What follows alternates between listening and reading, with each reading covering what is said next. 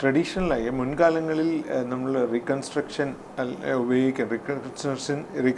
Surgery എന്ന് പറയുന്നത് തന്നെ പലപ്പോഴും നമ്മുടെ സ്വന്തം ശരീരത്തിൻ്റെ ഭാഗങ്ങൾ വെട്ടിയെടുത്ത് ഒട്ടിച്ചു വെക്കുക അല്ലെങ്കിൽ സർജറി ചെയ്ത് അവിടെ ഫിക്സ് ചെയ്യുക എന്നുള്ളതായിരുന്നു. പക്ഷേ പലപ്പോഴും നമ്മളുടെ കോസ്മെറ്റിക്കലി അല്ലെങ്കിൽ ആ റീഷേപ്പിങ്ങിൻ്റെ ഭാഗമായിട്ട് ഇതൊരു തടസ്സമായി നിൽക്കാറുണ്ട്. ഇപ്പോൾ ഉദാഹരണമായി വയറിൽ നിന്നും കൊഴുപ്പും മസിലും ഒക്കെ കട്ട് ചെയ്തെടുക്കുമ്പോൾ അവിടെ വീണ്ടും ഒരു ഡിഫക്റ്റ് ഉണ്ടായി മാറുന്നുണ്ട്. അപ്പോൾ അതൊരു ചാലഞ്ചാണ്, എപ്പോഴും ഒരു തടസ്സമാണ്. അപ്പോൾ അതിനെ ഓവർകം ചെയ്യാനാണ് ഇംപ്ലാന്റ് പോലുള്ള കാര്യങ്ങൾ ഈ റീകോണ്ടൂറിങ് സർജറി അല്ലെങ്കിൽ റീകൺസ്ട്രക്ഷൻ സർജറിയിലേക്ക് വരുന്നത്. ഉദാഹരണമായി ബ്രസ്റ്റ് നീക്കം ചെയ്ത ഒരാൾക്ക് അതേ ഷേപ്പിലും അതേ വലിപ്പത്തിലുള്ള ഓപ്പോസിറ്റ് സൈഡിലുള്ള അതേ വലിപ്പത്തിലുള്ള ബ്രസ്റ്റ് ഉണ്ടാക്കിയെടുക്കണമെങ്കിൽ പലപ്പോഴും ഇംപ്ലാന്റ് പോലുള്ള മെത്തേഡ്സ് നമുക്ക് ഉപയോഗിക്കേണ്ടത് വരുന്നുണ്ട്. ഒരു വിധത്തിൽ പറഞ്ഞു കഴിഞ്ഞാൽ റീകോണ്ടൂറിങ് സർജറിക്ക് ഒരു സപ്പോർട്ടിംഗ് ആയിട്ടാണ് ഈ ഇംപ്ലാന്റ് സർജറീസ് നമ്മൾ ഉപയോഗിക്കുന്നത്. അതിൻ്റെ ഒരു ടൂളാണ് ഉപയോഗിക്കുന്നത്. ഇംപ്ലാന്റ് സർജറി ചെയ്യുന്നത് കൊണ്ട് എന്തെങ്കിലും സൈഡ് ഇഫക്ട്സോ ഉണ്ടാവാൻ സാധ്യതയുണ്ടോ? നമ്മുടെ ഈ ഇംപ്ലാന്റ് ചൂസ് ചെയ്യുമ്പോൾ വളരെ സെലക്റ്റീവായിട്ടാണ് ചൂസ് ചെയ്യുന്നത്. കാരണം ശരീരത്തിന് ഒരു ദോഷവും സംഭവിക്കാത്ത രീതിയിലുള്ള മെഡിക്കൽ ഗ്രേഡിലുള്ള മെറ്റീരിയൽസ് മാത്രം ഉപയോഗിച്ചാണ് ഇംപ്ലാന്റ് സർജറീസ് ചെയ്യുന്നത്. അത് തന്നെ മിക്കപ്പോഴും നമ്മൾ ഉപയോഗിക്കുന്ന ഇംപ്ലാന്റുകൾ അമേരിക്കയിലോ യൂറോപ്പിലോ ഉണ്ടാക്കി ഇറക്കുമതി ചെയ്ത് ഉപയോഗിക്കുന്നതാണ്. അത് തന്നെ പ്രശസ്തമായ കമ്പനിയുടെ ബാക്കപ്പും അവരുടെ ട്രയൽസും ക്ലിനിക്കൽ ട്രയൽസിലും ഒത്തിരി കാലം ഉപയോഗിച്ച ശേഷം 100% സുരക്ഷിതമെന്ന് കണ്ട് മാത്രമേ നമ്മളത് ഉപയോഗിക്കുന്നുള്ളൂ. വില കുറഞ്ഞതോ അല്ലെങ്കിൽ തരം താഴ്ന്നതായ മെറ്റീരിയൽസ് ഉപയോഗിക്കുമ്പോഴാണ് പലപ്പോഴും നമ്മളുടെ ബോഡി ഈ ഇംപ്ലാന്റിനെ റിജക്റ്റ് ചെയ്യാനുള്ള ഒരു ടെൻഡൻസി കാണിക്കുന്നത്. ഒരു പരിധിവരെ നമ്മൾ ക്വാളിറ്റി കൺട്രോൾ മെയിൻറ്റെയിൻ ചെയ്യുന്നതോടെ ഇംപ്ലാന്റിൻ്റെ ക്വാളിറ്റി എഷ്വർ ചെയ്യുന്നതോടുകൂടി ആ പ്രശ്നങ്ങൾ കുറയ്ക്കാൻ പറ്റുന്നുണ്ട്. ഈ വയറ് ചാടിയ അവസ്ഥ എന്ന് ഡോക്ടർ പറഞ്ഞല്ലോ, വയറിൽ നിന്നുള്ള കൊഴുപ്പെടുക്കുന്നത്. അപ്പം വയറ് ചാടി അത് ഷേപ്പില്ലാതെയായി ആ ഒരു കണ്ടീഷന് എന്താണ് റീകോണ്ടൂറിങ് സർജറി ചെയ്യാൻ? വയറ് ചാടിയിട്ടുള്ള നമ്മുടെ നാട്ടിലൊരു 40 വയസ്സ് കഴിഞ്ഞിട്ടുള്ള അല്ലെങ്കിൽ 35 വയസ്സ് കഴിഞ്ഞിട്ടുള്ള സ്ത്രീകളെ എടുക്കുകയാണെങ്കിൽ പകുതി പേർക്കും വയറ് ചാടിയിട്ടോ അല്ലെങ്കിൽ കൊഴുപ്പിൻ്റെ അമിതമായ ഡിപ്പോസിറ്റോ കാണാൻ പറ്റുന്നുണ്ട്. പലപ്പോഴും അത് ഒരു റിക്വയർമെൻ്റായി വരാത്തത് അവരുടെ വസ്ത്രധാരണ രീതി കൊണ്ട് അവരത് മറച്ചു വെക്കുകയാണ്.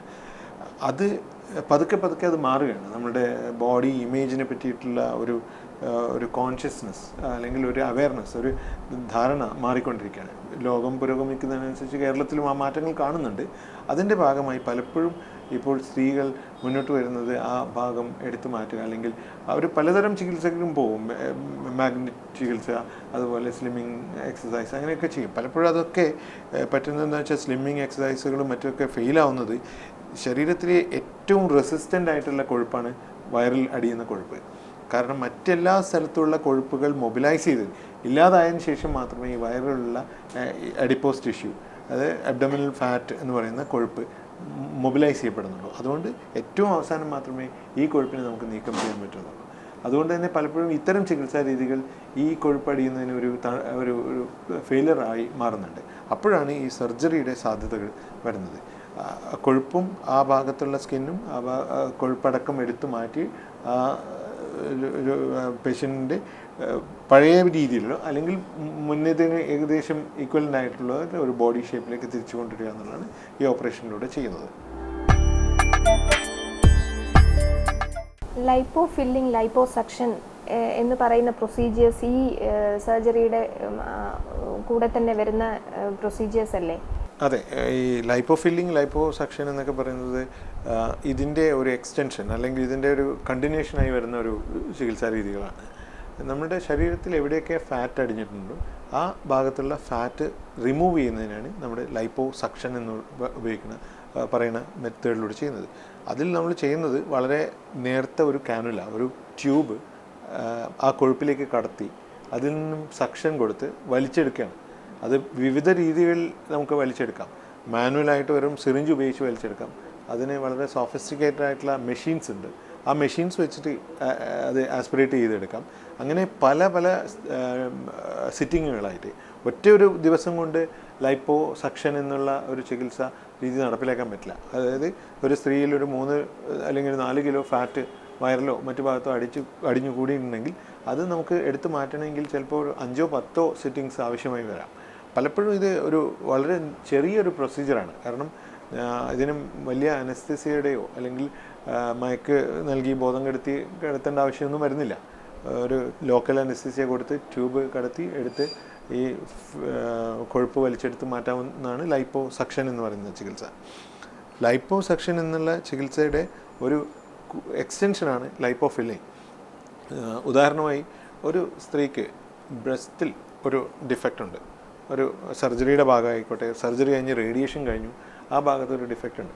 അപ്പോൾ ആ ഡിഫക്റ്റ് എങ്ങനെയാണ് നികത്തുന്നത്? അപ്പം നമുക്ക് വിവിധ മാർഗ്ഗങ്ങളുണ്ട്. ഒന്നുകിൽ ഇംപ്ലാന്റ് വെച്ച് അത് നികത്താം, അല്ലെങ്കിൽ നമുക്ക് വേറെ ബോഡിയുടെ മറ്റ് ഭാഗങ്ങളിൽ നിന്നും മാംസം കട്ട് ചെയ്ത് എടുത്ത് വെക്കാം. പക്ഷേ അപ്പോഴൊക്കെ നമുക്ക് അതിന് ചില തടസ്സങ്ങളും അതിൻ്റെ ഒപ്പം തന്നെയുണ്ട്.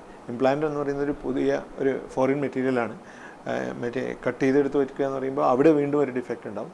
പക്ഷേ ഇങ്ങനെയുള്ളൊരു അവസ്ഥയിൽ നമുക്ക് വേണമെങ്കിൽ ഒരുപാട് ഫാറ്റ് ടമ്മിയിലുണ്ടെങ്കിൽ, അതായത് വയറിൽ ഒരുപാട് ഫാറ്റ് ഉണ്ടെങ്കിൽ ആ ഭാഗത്ത് ലൈപ്പോ സക്ഷൻ ചെയ്ത് ആ ഫാറ്റിനെ കുറക്കുകയും അതേ ഫാറ്റ് തന്നെ നമുക്ക് ഈ ഡിഫക്റ്റിലേക്ക് നിക്ഷേപിക്കുകയും ചെയ്യാൻ പറ്റും.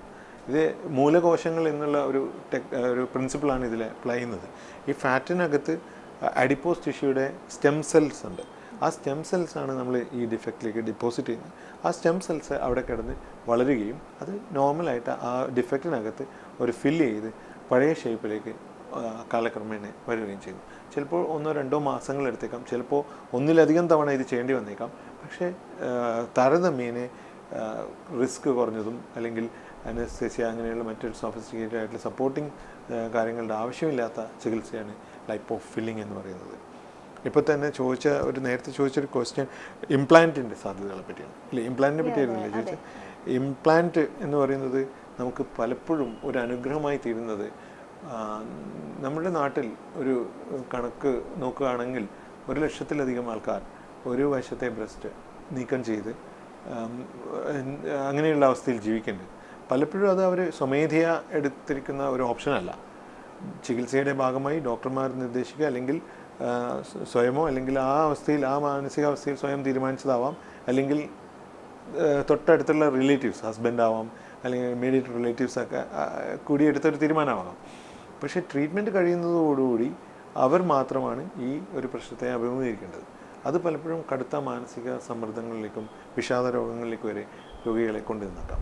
അങ്ങനെയുള്ളൊരു അവസ്ഥയിൽ നമുക്ക് ഒന്നുകിൽ റീകൺസ്ട്രക്റ്റീവ് സർജറി ഓഫർ ചെയ്യാം പേഷ്യൻറ്റിന്, അല്ലെങ്കിൽ ഈ ഇംപ്ലാന്റ് സർജറി, ആ ഭാഗത്ത് ഒരു ഇംപ്ലാന്റ് വെച്ച് നമുക്ക് പതുക്കെ ആ ഇംപ്ലാന്റ് വലുതാക്കി ഓപ്പോസിറ്റ് സൈഡിലുള്ള ബ്രസ്റ്റിന് ഈക്വലായിട്ടുള്ള വോളിയം ആക്കുന്നത് വരെ നമുക്ക് ബ്രസ്റ്റിനെ വലുതാക്കിയെടുത്ത് ഏറെക്കുറെ പൂർണ്ണമായും ഒരു റീകോണ്ടൂറിങ് നടത്താൻ പറ്റുന്നുണ്ട്. ഇതിനോട് അനുബന്ധിച്ച് എനിക്ക് ഒരു കാര്യം പറയാനുള്ളത്, ഒരു 3 വർഷം മുൻപ് ഒരു രോഗി ഇതുപോലെ തന്നെ ബ്രസ്റ്റ് സർജറി കഴിഞ്ഞു. ബ്രസ്റ്റ് സർജറി ചെയ്യുമ്പോൾ തന്നെ ആദ്യത്തെ ബ്രസ്റ്റ് സർജറി ക്യാൻസർ സർജറി ആയിരുന്നു. അപ്പോൾ തന്നെ ഞാൻ പറഞ്ഞിരുന്നു ഇംപ്ലാന്റ് സർജറി അല്ലെങ്കിൽ റീകൺസ്ട്രക്ഷൻ സർജറി ചെയ്യാനുള്ള ഓപ്ഷൻസ് ഉണ്ടെന്ന്. പക്ഷേ അന്ന് രോഗിയുടെ ബന്ധുക്കളും എല്ലാവരും തന്നെ തീരുമാനിച്ചു അത് വേണ്ട, മാസ്റ്റെക്ടമി, അതായത് ബ്രസ്റ്റ് റിമൂവ് ചെയ്യാമെന്ന്. റിമൂവൽ ചെയ്ത് കഴിഞ്ഞ് ട്രീറ്റ്മെൻറ്റൊക്കെ നന്നായി പോയി, അവർ രോഗവിമുക്തിയായി. 1 വർഷത്തിന് ശേഷം അവർ ഓഫീസിൽ പോകാൻ തുടങ്ങി. സ്കൂൾ ടീച്ചറാണ്. അവർ ബസ്സിൽ യാത്ര ചെയ്തുകൊണ്ടിരിക്കുമ്പോൾ ഈ പാഡഡ് ബ്രേസർ ഉപയോഗിച്ചിട്ടാണ് അവർ യാത്ര ചെയ്യുന്നത്. പാഡഡ് ബ്രേസർ ബസ്സിലെ തിരക്കിൽ അവർ കൈ പൊക്കി മുകളിൽ പിടിച്ചിരിക്കുകയായിരുന്നു. പെട്ടെന്നുള്ള തിരക്കിനിടയിൽ ബസ് ബ്രേക്ക് ചെയ്തിട്ട് ഈ പാഡ് തെറിച്ചുപോയി. അന്ന് അവർ വളരെ അപമാനിതയാണ് ആ ബസ്സിൽ നിന്ന് ഇറങ്ങിപ്പോയത്. അപ്പോൾ അത് കഴിഞ്ഞ് ഇമ്മീഡിയറ്റായിട്ട് ആ സ്ത്രീ വന്ന് പറയുകയും ഈ കാര്യം ഷെയർ ചെയ്തു. ഇങ്ങനെയൊരു അവസ്ഥയുണ്ടായി ഡോക്ടർ, എനിക്കിനി ജീവിക്കണം എന്ന് പോലും തോന്നില്ല എന്ന് പറഞ്ഞു. കാരണം അവരുടെ അസുഖമൊക്കെ മാറി. ഇപ്പോൾ ഈ ഒരു ഫാക്റ്റ് ഉണ്ട്, ബോഡി ഇമേജ്. ഇപ്പം പാഡ് ഉപയോഗിച്ചാൽ മതി എന്ന് പറയാൻ ഡോക്ടർക്ക് എളുപ്പമാണ്, അത് പറയാൻ ചിലപ്പോൾ ഫാമിലി മെമ്പേഴ്സിന് എളുപ്പമാണ്. പക്ഷേ അനുഭവിക്കേണ്ട ആളെന്നുള്ള നിലയിൽ അത് വലിയ ബുദ്ധിമുട്ടുണ്ടാക്കും.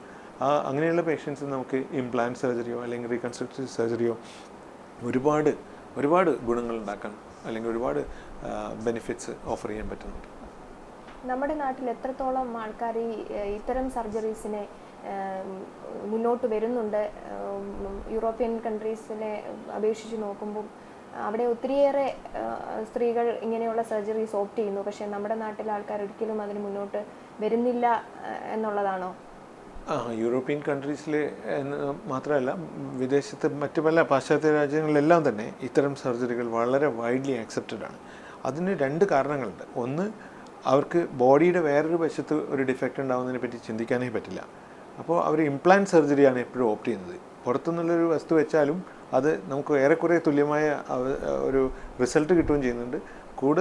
കൂടാതെ ബോഡിയുടെ വേറൊരു ഭാഗത്ത് ഒരു മുറിവുണ്ടാക്കേണ്ട അവസ്ഥ ഉണ്ടാകുന്നില്ല. അതുകൊണ്ട് തന്നെ യൂറോപ്പിൽ വളരെയധികം പോപ്പുലറായിട്ടുള്ള ഒരു സർജറിയാണ്. എനിക്ക് തോന്നുന്നു ബ്രിട്ടീഷ് NHSൽ ബ്രിട്ടീഷ് ഹെൽത്ത് സിസ്റ്റത്തിൽ പല പ്ലാസ്റ്റിക് സർജറി യൂണിറ്റുകളും അല്ലെങ്കിൽ ബ്രസ്റ്റ് സർജറി യൂണിറ്റും, അവിടെ ബ്രസ്റ്റ് സർജറി ഒരു സെപ്പറേറ്റ് സർജറി യൂണിറ്റാണ്. അവിടുത്തെ ഒരു ദിവസം അവർ ഇംപ്ലാന്റ് സർജറിക്ക് വേണ്ടി മാത്രമായി മാറ്റിവെക്കുകയാണ്. ഇംപ്ലാന്റ് സർജറിക്കുള്ള കെയർ കൊടുക്കുക അല്ലെങ്കിൽ ഇംപ്ലാന്റ് സർജറിയുടെ ഫോളോ അപ്പ് കാണുക, അതിനുവേണ്ടി മാത്രം ഒരു ദിവസം അവർ മാറ്റിവെക്കുകയാണ്. അത്രത്തോളം പോപ്പുലറാണ്. പിന്നെ വേറൊരു കാര്യം, ബ്രിട്ടീഷ് OPയിലൊക്കെ ഒരു UK അല്ലെങ്കിൽ അമേരിക്കയിലുള്ള OPയിൽ പോവുകയാണെങ്കിൽ നമ്മൾ പലപ്പോഴും അവിടുത്തെ ഇത്തരം ഡിമാൻഡ്സുമായി വരുന്ന പേഷ്യൻസിനെ നമ്മൾ കാണുമ്പോൾ അവരുടെ പ്രായം പലപ്പോഴും 60, 70, 80 വയസ്സുകൾ വരെയുള്ള സ്ത്രീകൾ റീകൺസ്ട്രക്റ്റീവ് സർജറിക്ക് വേണ്ടി അപ്രോച്ച് ചെയ്യുന്നുണ്ട്. നമ്മുടെ നാട്ടിലാണെങ്കിൽ ഒരു 30 വയസ്സോ 40 വയസ്സായ സ്ത്രീകൾ പോലും പലപ്പോഴും ബ്രസ്റ്റ് റിമൂവൽ സർജറിയിലേക്ക് ഒതുക്കപ്പെടുന്നു. കാരണം പലപ്പോഴും ഡിസിഷൻ മേക്കേഴ്സ് അവരല്ല. ആ ഒറ്റ കാരണമാണ്. ഇന്ത്യയിലും നമ്മുടെ കേരളത്തിനും എത്രത്തോളം ഈ സർജറീസ് ഇപ്പോൾ ചെയ്യുന്നുണ്ട്? ഇന്ത്യയിൽ മെട്രോ സിറ്റീസിലൊക്കെ തന്നെ ഇത്തരം സർജറീസ് നടക്കുന്നുണ്ട്. എല്ലാ മെട്രോ സിറ്റീസിലും മിനിമം ഒരു ബ്രസ്റ്റ് സർജനെങ്കിലും അല്ലെങ്കിൽ ഒരു ബ്രസ്റ്റ് സർജറി യൂണിറ്റ് എങ്കിലും ഉണ്ടെന്നാണ് എൻ്റെ അറിവ്. പക്ഷേ കേരളത്തിൽ എന്തൊക്കെയോ ചില കാരണങ്ങൾ കൊണ്ട് കേരളത്തിലെ പ്രത്യേക സാമൂഹിക ചുറ്റുപാടുകളാവാം, പല കാരണങ്ങൾ കൊണ്ടാവാം, കേരളത്തിൽ ഇത്തരം സർജറികൾ വളരെയധികം പ്രചാരത്തിലില്ല.